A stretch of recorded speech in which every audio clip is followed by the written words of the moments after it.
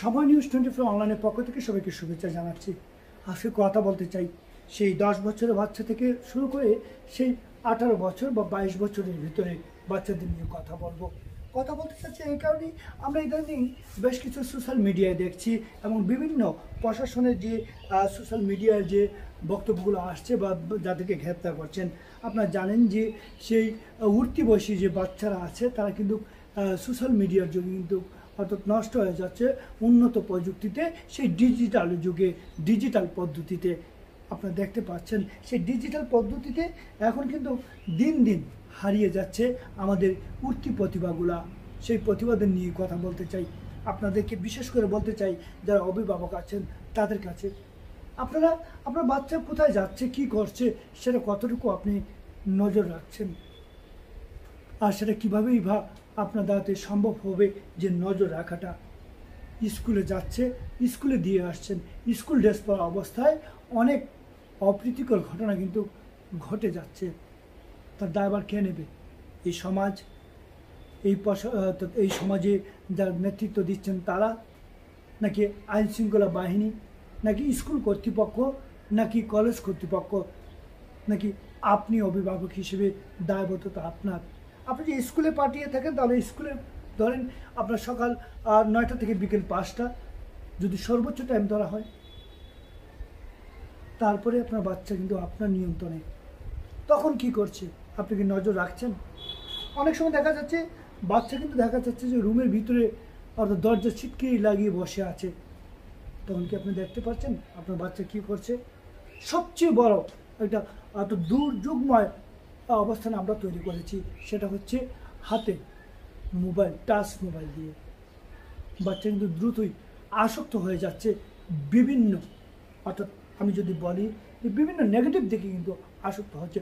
যতটুকু না অর্থাৎ পজিটিভলি আসছে তার চেয়ে বেশি কিন্তু নেগেটিভ দিকটি তারা অবলম্বন করছে। তার জন্য দায়ী অভিভাবকরাই। আমি বলবো আসুন আমরা সকল অভিভাবক যারা আছি, যারা যে সমাজে যে অবস্থায় আছে সেখান থেকে আমরা একটু সতর্কতা অবলম্বন করি। আমার আত্মীয়, আমার পাশের বাড়ির প্রতিবেশী বা তার বাচ্চা কি করছে সেটা দেখার দায়িত্ব কিন্তু আপনার আমার। কারণ হয়তো সে আপনার মেয়ে না হোক, ছেলে না হোক, সে আপনার প্রতিবেশী একজনের ছেলে মেয়ে, তার দিকেও আপনার অর্থাৎ সুনজরে তাকাতে হবে, তা ভালোর পথে এগিয়ে নিয়ে যেতে হবে। তাই বলবো আজ আমি এই সংক্ষিপ্ত একটু কথা বললাম এই বিষয়টা নিয়ে। আমি এই বিষয়টা নিয়ে আসবো, আমরা কথা বলবো অভিভাবকদের সাথে, আমরা কথা বলবো উঠতি বয়সী সেই যুবকদের সাথে, আমরা যুবক যুবতীদের সাথে আমরা কথা বলবো। এই যারা স্কুল কলেজে দায়িত্বে আছেন তাদের সাথে আমরা কথা বলতে চাই। আমরা এই সমাজ থেকে একটা সুন্দর একটা অবকাঠামোর মধ্যে নিয়ে আসতে চাই সকলের মাধ্যমে। যদিও সেটা সকলের যে যে জায়গা আছেন সেই জায়গা থেকে কিন্তু সেই দায়িত্বটা নিতে হবে। আমরা সেই অর্থাৎ আমরা শুরুটা দেখাতে চাই বা আপনাদের মতামত জানতে চাই, এই মতামতের মাধ্যমে আপনাদেরকে সতর্ক করতে চাই।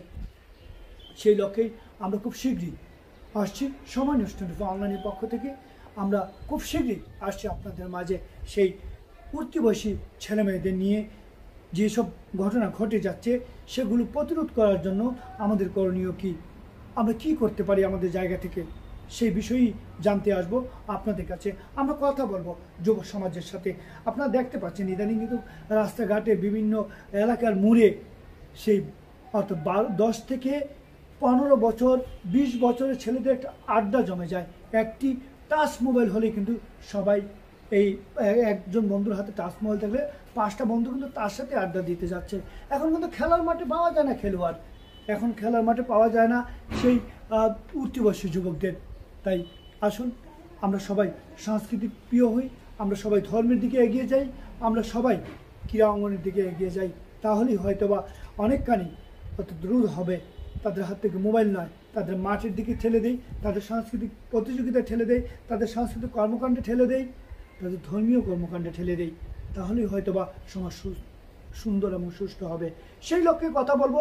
আসছি আমরা খুব শীঘ্রই আপনাদের মাঝে।